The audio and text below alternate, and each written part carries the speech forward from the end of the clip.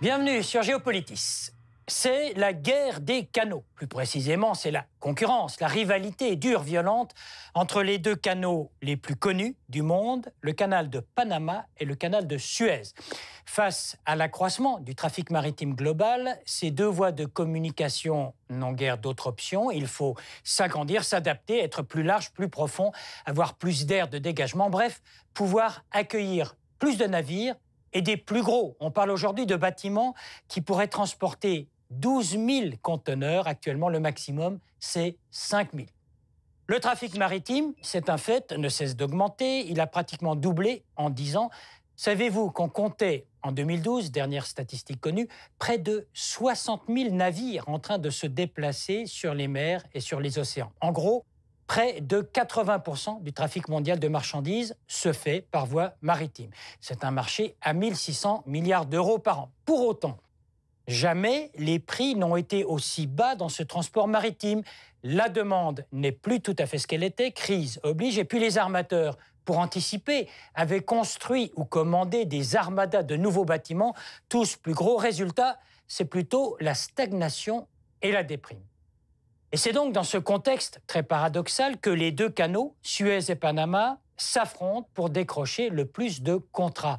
Géopolitis s'est plongé dans cette guerre des canaux. Certains disent une guerre fratricide. On ne sait si Panama et Suez sont de la même fratrie. En tout cas, les deux canaux ont le même père, un Français, Ferdinand de Lesseps, qui a remarquablement réussi dans la construction du canal de Suez, repris par les Anglais, et qui a brillamment échoué pour le percement du canal de Panama, repris par les Américains. On va visualiser tout cela. Le canal de Suez, c'est le passage entre la mer Méditerranée et la mer Rouge.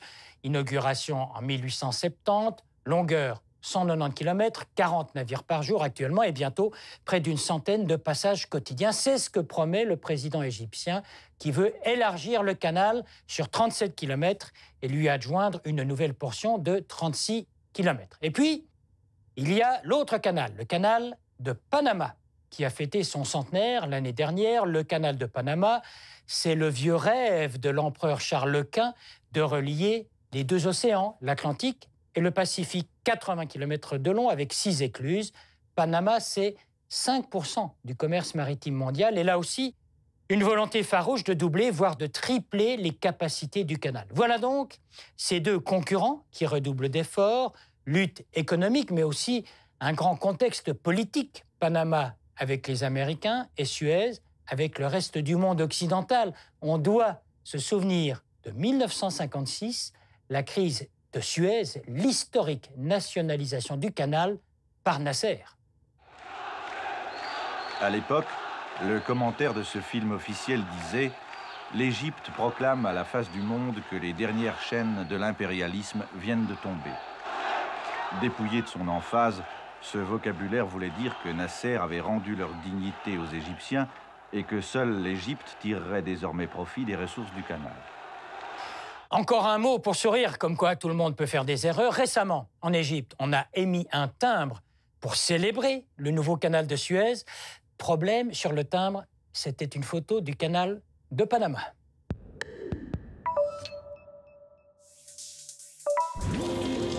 Il paraît que 100 000 travailleurs y ont perdu la vie. L'entreprise était, c'est le cas de le dire, pharaonique, relier la mer Méditerranée à la mer Rouge. Ferdinand de Lesseps en avait rêvé. Il l'a fait, non sans mal. Le canal était creusé, cela a été évident, pour le plus grand profit des puissances coloniales de l'époque, la France et la Grande-Bretagne. Les Anglais, qui n'avaient guère hésité avant de reprendre en 1875 les parts financières d'une Égypte à bout de souffle. Londres n'avait qu'un seul but, éloigner les Français de la zone du canal et s'assurer que ce canal n'aiderait pas Paris à dominer la route des Indes. Bien plus tard, en 1956, ce fut le président Nasser qui chassa et les Anglais et les Français en nationalisant le canal, ce qui, au-delà de la grave crise militaire qui en suivit, allait financièrement lui donner les moyens de mener à terme son grand projet, la construction du barrage d'Assouan.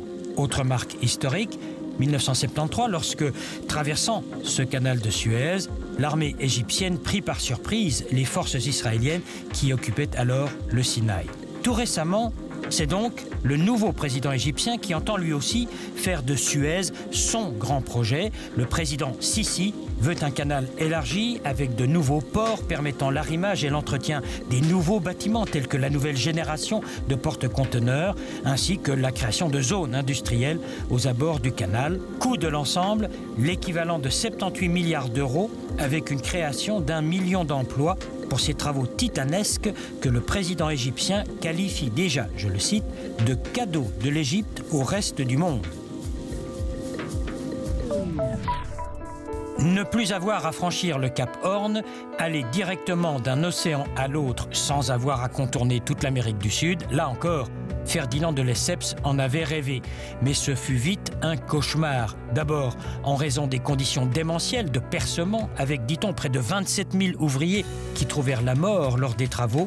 Ensuite, ce fut le scandale financier, la faillite, les accusations de corruption en France pour finalement, en 1903, déboucher sur la signature d'un traité stipulant la concession à perpétuité de la zone du canal aux États-Unis avec une équipe d'ingénieurs américains qui finalisa le projet après 34 ans de travaux. En 1964, des émeutes éclatèrent, de nombreux Panaméens souhaitant récupérer la souveraineté sur la zone, ce qui se réalisa en 1977 avec la signature d'un traité signé par les présidents Torrijos et Carter, accordant la rétrocession de ce canal à Panama dès la fin de l'année 1999. Actuellement, le canal rapporte 1 milliard de dollars aux caisses de l'État par an, soit 10% des recettes fiscales, et fait travailler 10 000 employés. 14 000 bateaux empruntent ce passage tous les ans. Il est prévu de doubler au moins ses capacités de trafic après des travaux gigantesques qui, pour des raisons financières, ont d'ores et déjà pris beaucoup de retard. Fin du chantier est prévue dans le courant de 2016, après ou avant la fin des travaux à l'autre bout du monde en Égypte.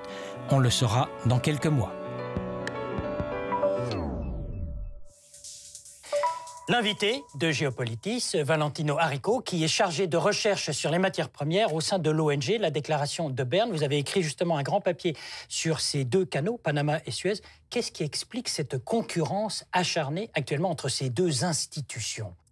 Alors la concurrence entre le canal de Suez et le canal de Panama s'articule principalement en fait autour de 3 paramètres, qui est le temps du voyage, donc le temps qu'il va falloir pour passer du Pacifique à l'Atlantique ou de la Méditerranée à la mer Rouge, le volume de marchandises que l'on peut emporter à bord du bateau, ainsi que finalement le coût du transit par le canal. Alors on reprend le temps. C'est si important que ça de gagner 2 ou 3 jours sur la traversée entre la Chine et les États-Unis, par exemple ? Oui, parce que chaque jour donc, coûte extrêmement cher, c'est les coûts de fret qui sont extrêmement chers, c'est également du carburant.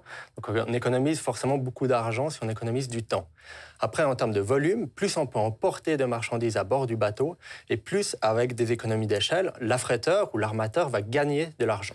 Alors, on dit que les bateaux, maintenant, augmentent de taille, mais d'une manière totalement considérable. Donc, en fait, c'est quoi? C'est les canaux qui s'adaptent aux bateaux maintenant? Absolument. Donc, on a changé un peu de paradigme depuis quelques années, dans la mesure où, avant, c'était le canal qui définissait la taille du bateau. On avait des critères comme Panamax, Suezmax, la taille maximale Comment de bateau. On dit Panamax ou Suezmax? Exactement. C'est des appellations tout à fait contrôlées, ça. Voilà. Et aujourd'hui, on est vraiment dans l'ère des post-Panamax, c'est comme ça qu'on l'appelle, des post-Panamax, des post-Suezmax, donc avec des bateaux qui sont devenus beaucoup plus grands que la taille des canaux actuels. Mais donnez-nous une idée, par exemple. Donc, on est passé vraiment du simple au quadruple. Donc, avant, par exemple, si on compare aussi alors, en termes de concurrence, donc le canal de Panama, il peut transporter des bateaux jusqu'à 60 000 tonnes à peu près de porants lourds. Donc, c'est le poids qu'il peut transporter. Oui. Alors que le canal de Suez peut aller jusqu'à 240 000 tonnes de porants lourds. Donc, on est vraiment 4 fois plus important sur le canal de Suez en ce moment. Alors, donc, on a vu les problèmes de temps, les problèmes de tonnage. Voilà. C'est pour ça que ces canaux s'agrandissent. Mais est-ce qu'il n'y a pas une dimension, je dirais, politique entre ces deux canaux? Alors, pas tellement. C'est vraiment une concurrence qui se joue sur l'économie et c'est chaque fois pour les armateurs de gagner. L'objectif, c'est de gagner de l'argent. Et les armateurs, eux, ils ont tout intérêt à construire toujours plus grand parce que plus ils pourront transporter de marchandises sur leurs canaux et plus ils vont se faire de l'argent. Donc après, c'est à ces canaux de s'adapter. Donc les deux canaux sont maintenant en train de lancer beaucoup de projets d'agrandissement. Prenons par exemple le canal de Suez, qui essaie justement, jusqu'à présent, donc il est en sens unidirectionnel, et il est en train d'être développé pour permettre un transit bidirectionnel. Le canal de Panama, avec ses écluses, ils sont en train de construire des écluses beaucoup plus grandes qui peuvent justement accueillir des bateaux de la taille post-Panamax. Mais ils ne pourront évidemment pas accueillir les plus gros bateaux qui existent aujourd'hui sur la planète. Bon, et parallèlement, ces travaux d'agrandissement, ça va avec un accroissement du trafic mondial, du trafic maritime mondial. Ça, c'est la donnée actuelle. Ouais. Mais on est sûr que ce trafic mondial, qui a quasiment doublé en 10 ans, il va continuer à augmenter? Parce que si ce n'est pas le cas, ça ne vaut pas le coup de faire tous ces travaux. Absolument. Donc, il va continuer. Déjà, aujourd'hui, on estime à peu près le commerce maritime, ça représente 80% du commerce international de marchandises. Donc, c'est absolument énorme. Ouais. Et d'ailleurs, en Suisse, la Suisse contrôle 22% donc du commerce maritime de matières premières depuis la Suisse. Donc c'est considérable également à ce niveau-là. Alors là, on arrive à la déclaration de Berne, donc cette ONG que vous représentez. En quoi consiste le travail de la déclaration de Berne et puis particulièrement sur l'importance de la Suisse, ces 22% de trafic qui sont contrôlés ici à partir de la Suisse? Voilà, exactement. Alors la déclaration de Berne, c'est une ONG suisse qui œuvre depuis plus de 40 ans pour des relations justes et équitables entre la Suisse et les pays en développement. Et dans ce cadre, on s'intéresse aux activités des entreprises suisses actives dans l'extraction et le négoce de matières premières. Donc dans ce cadre, on s'intéresse aussi au flux de matières premières.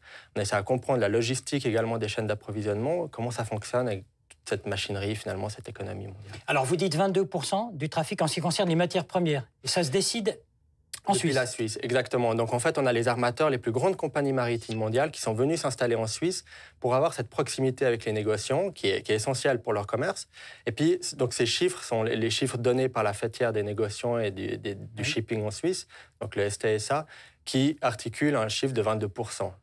Mais alors, c'est quoi? C'est le pétrole, c'est les commodities, comme on dit, le grain? C'est les soft commodities, donc tout ce qui concerne le grain, les céréales, c'est également le pétrole, c'est les métaux, toutes ces matières premières. Alors j'ai lu dans certains des écrits de la déclaration de Berne que Genève serait quasiment la capitale du négoce mondial maintenant. Ça semble vrai, ça? C'est le cas, effectivement. Après, on a des chiffres, mais c'est effectivement très difficile à quantifier dans la mesure où c'est un secteur qui est extrêmement opaque, où finalement il y a peu de chiffres. On connaît par exemple, il n'y a aucun registre du nombre de compagnies de négociants qui existent en Suisse. Il y a à l'heure actuelle aucun registre à ce niveau-là. Non, ça n'existe pas. C'est de l'opacité qui est voulue, à votre avis, ou pas? Alors, c'est un domaine, c'est de la discrétion. C'est notamment l'argument du secteur, de préserver cette discrétion pour faire ses affaires.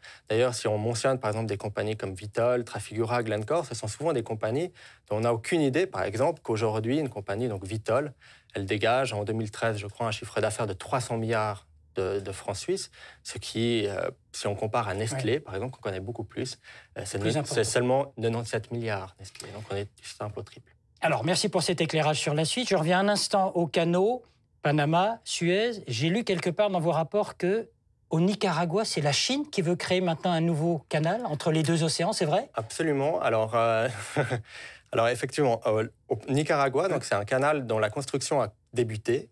Et donc, en décembre 2014, le Nicaragua a... Et pourquoi c'est les Chinois qui veulent creuser maintenant? Alors, tout simplement parce que le Nicaragua est un pays extrêmement pauvre. C'est un des pays les plus pauvres d'Amérique latine. Et puis, ce projet, c'est un projet de 50 milliards de dollars. Donc, c'est 5 fois le PIB national du pays. Et ce sont les Chinois qui ont gagné la concession, le marché, sans appel d'offres. Il faut le mentionner. Alors après, il y a beaucoup de spéculations sur est-ce que ce canal, il va exister un jour, parce que c'est un projet faramineux, énorme, avec aussi tout l'aspect environnemental et des droits humains. Parce qu'on va passer à travers le lac Nicaragua, qui est à l'heure actuelle la plus grande réserve d'eau douce du pays. On va devoir également déplacer des communautés indigènes. Donc il y a aussi toutes ces questions qui se posent. Donc je sens que la déclaration de Berne va avoir un œil précis là-dessus. Merci Valentino Arricco. Je rappelle que vous êtes chargé de recherche justement sur les matières premières au sein de cette ONG, la déclaration de Berne. Merci à vous. Je vous en prie. Il faut bien comprendre que dans le cas précis du canal de Suez, il y a du Nasser dans ce qu'entreprend l'actuel président Sisi. À l'évidence, l'ex-maréchal Sisi, ex-chef de l'armée, qui a, disons, repris le pouvoir après l'intermède des frères musulmans. Donc le président Sisi s'inscrit tout à fait dans une logique nassérienne lorsqu'il évoque ces gigantesques travaux d'agrandissement du canal. Il est dans une rhétorique chère à celui qui avait nationalisé ce canal, à savoir un contexte de grands projets. L'idée, à travers ces grands chantiers en cours, c'est de faire remonter la légitimité de l'exécutif actuel jusqu'à l'homme fort de l'histoire égyptienne.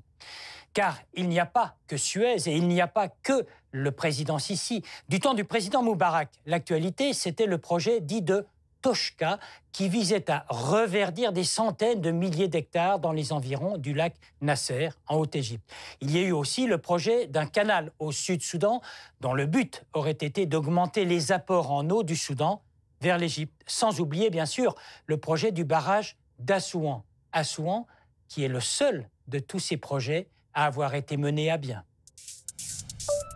Et sur la page web de Géopolitis, préparée par David Nicole, vos commentaires et réactions à cette édition de Géopolitis, à votre disposition des séquences vidéo, des éléments de cartographie, des sites internet, des archives, la possibilité de podcaster cette émission de la RTS.